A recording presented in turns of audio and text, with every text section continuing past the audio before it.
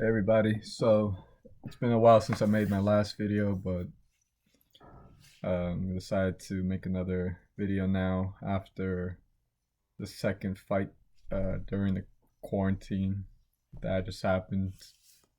The fights that Top Rank and ESPN put on. Uh, so who fought yesterday? It was Magdaleno was the main event. There were some undercards. I didn't watch them. I was more interested in the Magdaleno fight, and he fought some. I'm gonna call him a bum. I'm not even gonna say his name. I don't even know his name. I didn't even bother remembering his name just because of how this guy fought. It was dirty and disgusting, and the idiot could have actually won if he hadn't resorted to uh, throwing those low, like blatant low blows. What a cocksucker! But whatever. So now, like, there's a lot of talk between Magdaleno fighting. Uh, I was about to call him Tupac Shakur. What's his name? Shakur Stevenson. Yeah. Uh, So Shakur had a fight, I think on Saturday, and he fought some no name. And I don't mean to disrespect people by calling them no names, but that's what they are. Again, like no disrespect. I can't even remember his name, even if I tried. I'm not gonna bother looking him up right now. But it's just that like I'm not a fan of Shakur's just yet. I try not to be fans of people unless they really prove themselves. Of course he's talented. I believe he's talented.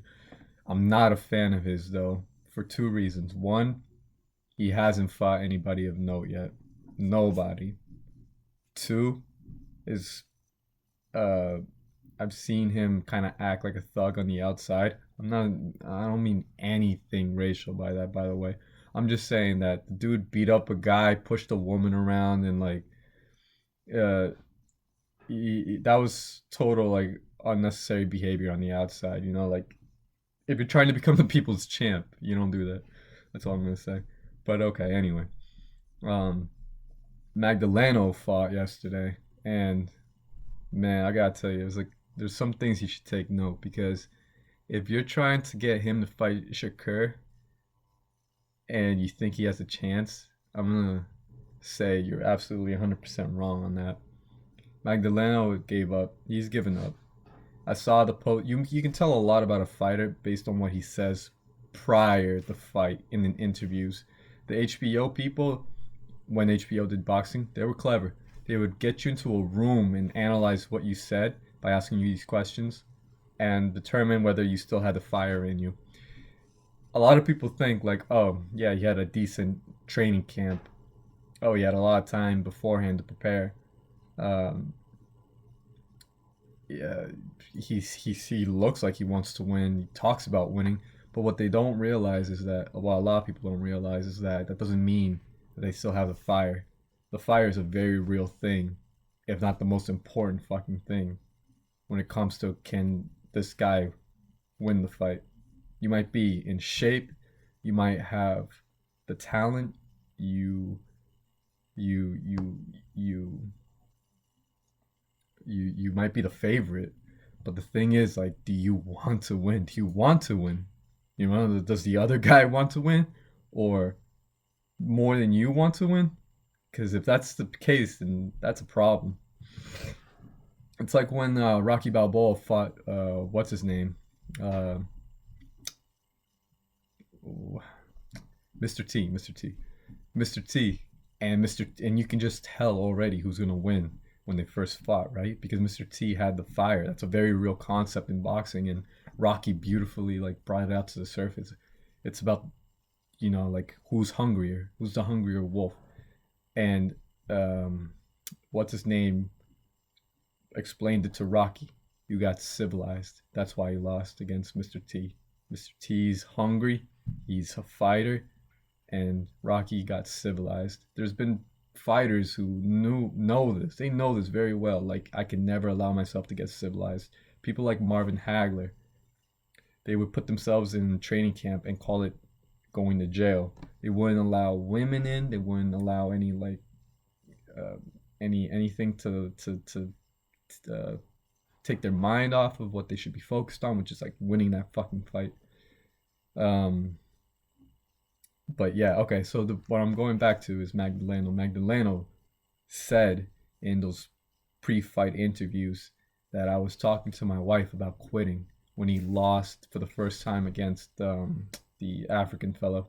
His name I should know, but yeah, because he's no bum. He beat Magdaleno. In fact, he TKO'd him.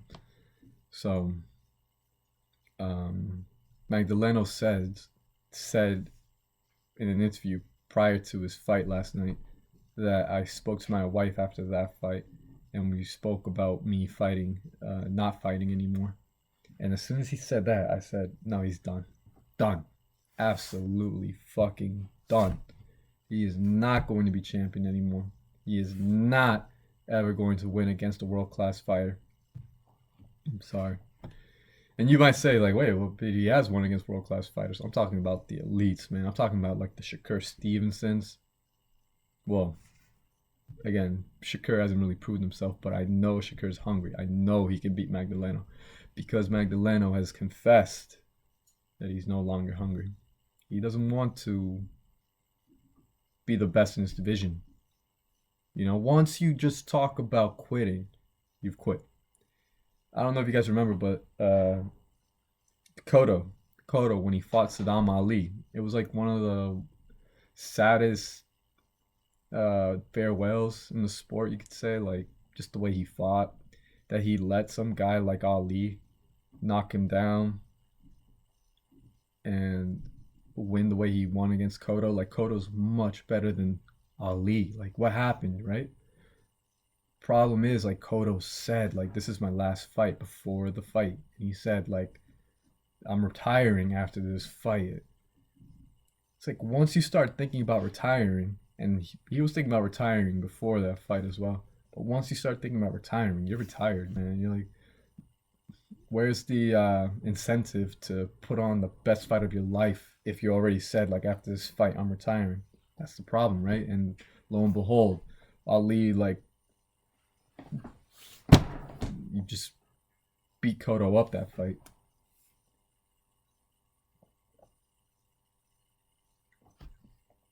It's because Cotto just decided to retire before he even retired, you know? And why is Pacquiao still at the top of the world at 40 to 41 years old? It's because the guy's got this unnatural sense of like never letting that fire die out. It's insane. Unbelievably, like, it makes no sense.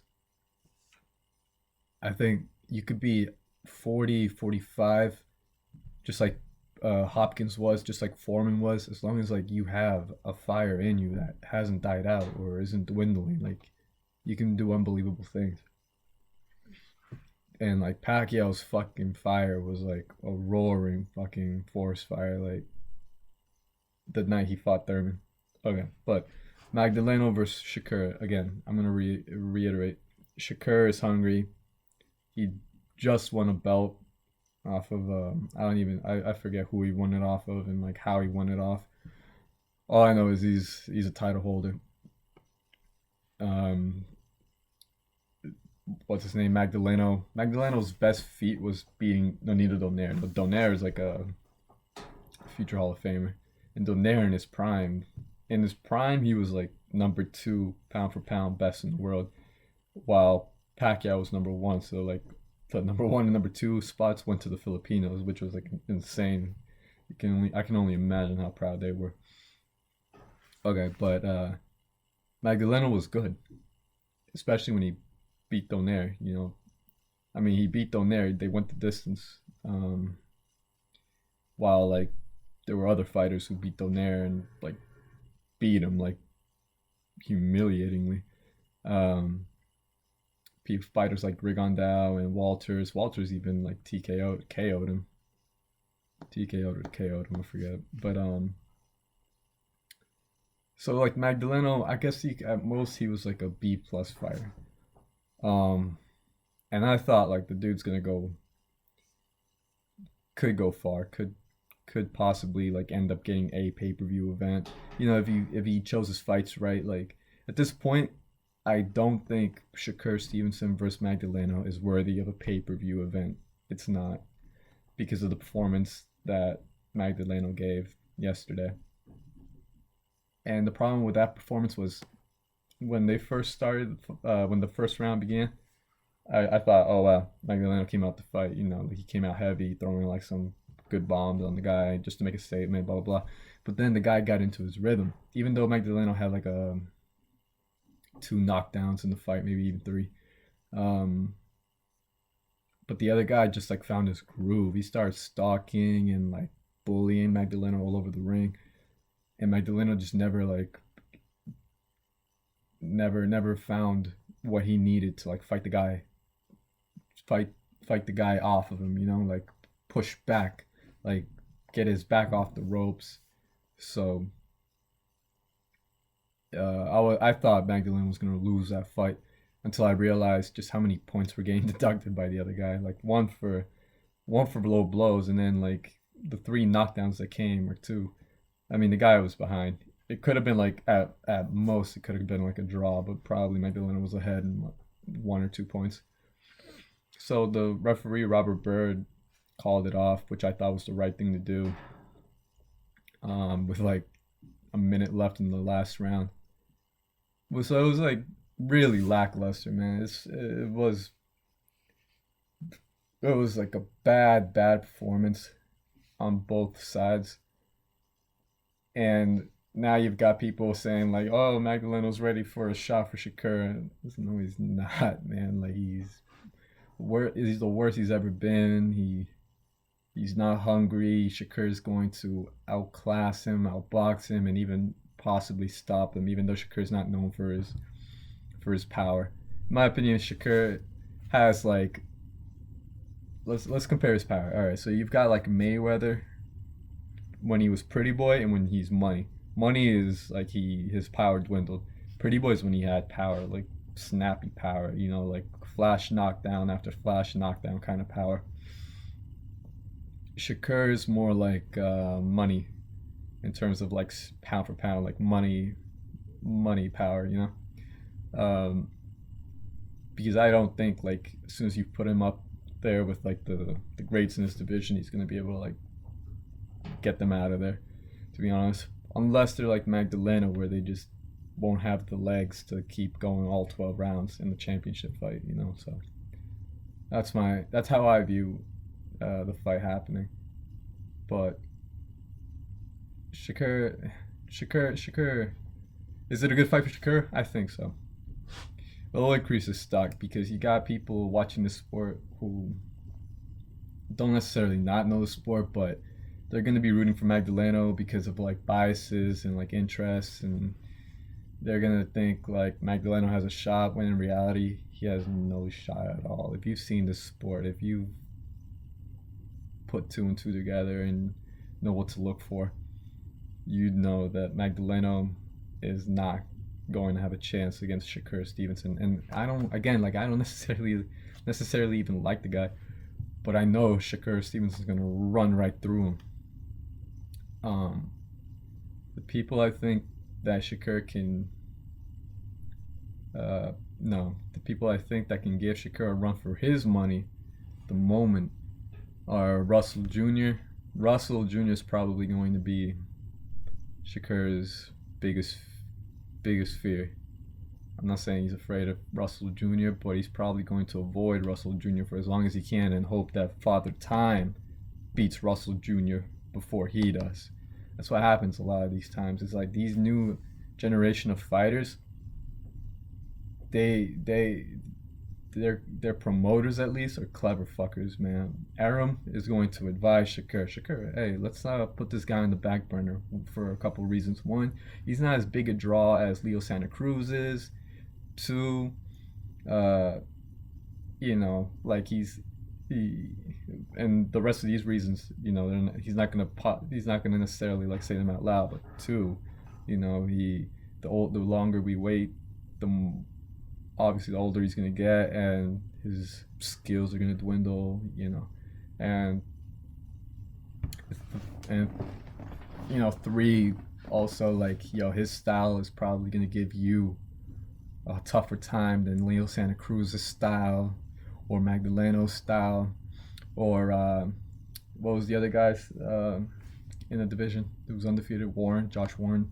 or Josh Warren style, because that's the truth, man. Like Russell Jr. is one of those slick brothers that, you know, he can box. He knows how to box. The problem with him is he's too inactive, man. Like it's tough to tell if he has the fire. He probably doesn't.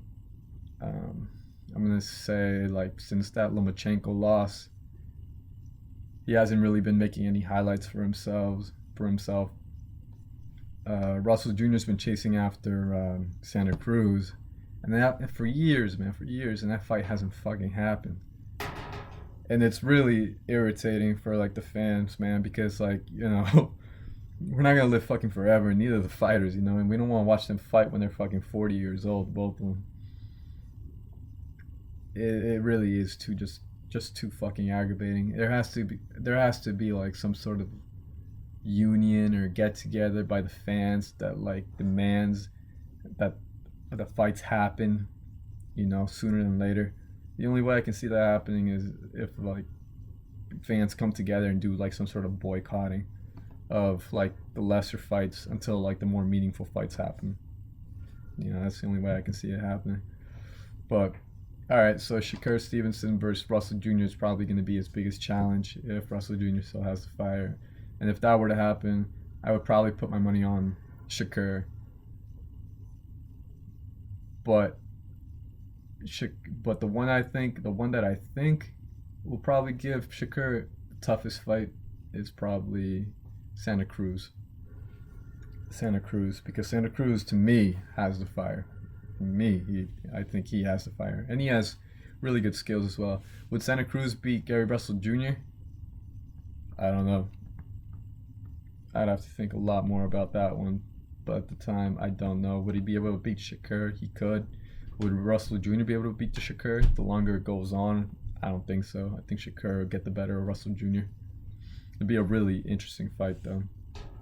Those are the fights that I love to get made because those are just really interesting style make fights kind of moments. Like you guys see the results to believe what happens, you know, like to finally like have an idea like, oh, what could happen if we put a pure boxer with a pure boxer, just like Lomachenko was against Rigondeaux. In my opinion, like the better boxer obviously comes out, right? But like if you're the better boxer and your opponent has nothing but boxing to put on the table, the better boxer is going to like outclass and like just make him look stupid, just like Lomachenko did to Rigondeaux. You know what I mean? And kind of like how Lomachenko did to Russell Jr. Even though Russell Jr. was probably Lomachenko's like, other than Salido, like Russell Jr. was probably Lomachenko's toughest fight to date. But yeah, that's pretty much it for the Shakur versus Magdaleno thing. So, you know, as a conclusion, I just wanted to say I think Shakur's got this one in the bag, way in the bag. If you're a betting man, do not bet on Magdaleno. In fact, if I were a betting man, I would bet on Shakur finishing the fight in round 8 via TKO. The man just doesn't have it in him anymore. Sorry to say, but yeah, I'll probably make another video and talk about another fight coming up. Oh yes, the Joshua versus Fury fight. It's gonna be a big one. All right, catch you guys later. Bye.